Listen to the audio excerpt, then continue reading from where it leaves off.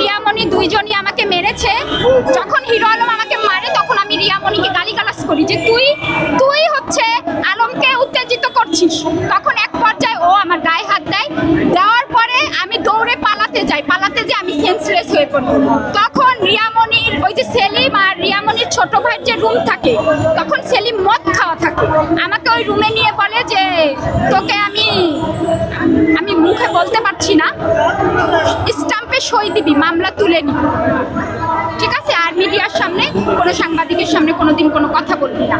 তখন আমার ইজ্জত রক্ষার্থে আমি একটা সই করি। আমাকে তারা মার্ডার করতে চেয়েছিল, মানে এই ঘুমের ওষুধ খাওয়ার নাটকে আমাকে তারা মার্ডার করতে চেয়েছিল। মামলাটা হিরো আলম, রিয়ামণি ওর টিম, কিন্তু আমি হচ্ছে আমার গার্জিয়ানকে ইনফর্ম করে যাই, তো সেটা তারা হচ্ছে কি করতে পারে, সফল হতে পারেনি।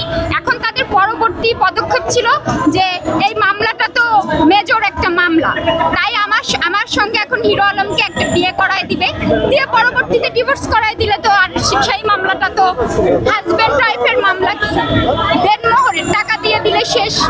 কিন্তু এটা তো ধর্ষণ, ব্রণ হত্যা, আমার সন্তান মেরে ফেলছে, এই মামলাটা তো থাকবে। যেদিন এই ঘটনাটা ঘটে আগের দিন রাতে আমাকে একটা মেসেজ করে যে আমার যদি কিছু হয়ে যায় তুমি রিয়ামণিকে ছাড়বা না।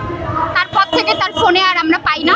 তারপরে সারা রাত খোঁজাখুঁজি করার পরে পরের দিন খোঁজ পাই যে সে এরকম ঘুমের ওষুধ খেয়ে সুইসাইড করতে গেছে। আর সেটা তো যে ভাইয়ের বাসায় ছিল, ওই জাহিদ ভাই নামে একজন, উনি তো আপনাদের ওইখানে বক্তব্য দিয়েছে যে ঘটনাটা আসলে কি। তারপরে ওখান থেকে আমরা নিয়ে চলে আসি যে ঢাকায় হসপিটালে ভর্তি করা হবে, কিন্তু আধা ঘন্টার ভিতরে তার হুশ চলে আসে। তারা কক্সেস বাজারে যায়। আসলে মেন হচ্ছে আমাকে হচ্ছে টর্চারিং, মানে আমার মামলাটা উঠানোর জন্য স্টাম্পে একটা সই, বুঝতে পেরেছেন?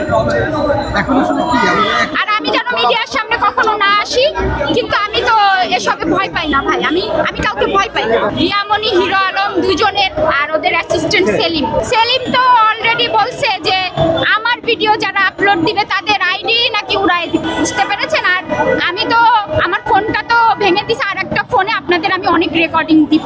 তখন আপনারা হিরো আলম যে একটা ক্রাইম করে, মার্ডার করে, সে অনেক মার্ডারের সাথে যুক্ত আছে, আপনারা ওই অডিওগুলো শুনলে পেয়ে যাবেন, বুঝতে পারবেন। একটা সাদা স্টাম্পে সই নিয়েছে তারা, এই মামলা আমি যেন তুলে নিই আর মিডিয়ার সামনে যেন আমি কথা না বলি। এখন তারা যে কি লিখবে ওখানে সেটা তো আমি বলতে পারবো না। নামে কেন মামলা করেছিলেন?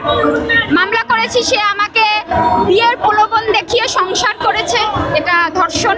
আর আমার বাচ্চা ডিএনসি করাইছে, 2টা বাচ্চা সে মেরে ফেলেছে, আমার কাছ থেকে অনেক টাকা নিয়েছে, এই মামলা।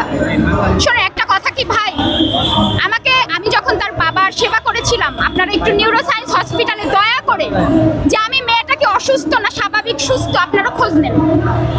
হুট করে আমাকে তারা অসুস্থ পাগল বানাতে চাচ্ছে, কারণ তারা মানসিকভাবে আমাকে এত টর্চার করে। আমি কিন্তু কথাবার্তা উল্টাপাল্টা বলছি না, এতদিন সত্যি কথা বলছি, কিন্তু আমার ল্যাঙ্গুয়েজটা কিন্তু অন্যরকম এসছে, কারণ আমি প্রচুর পরিমাণে কষ্ট পেয়ে ভেতর থেকে উত্তেজিত ছিলাম।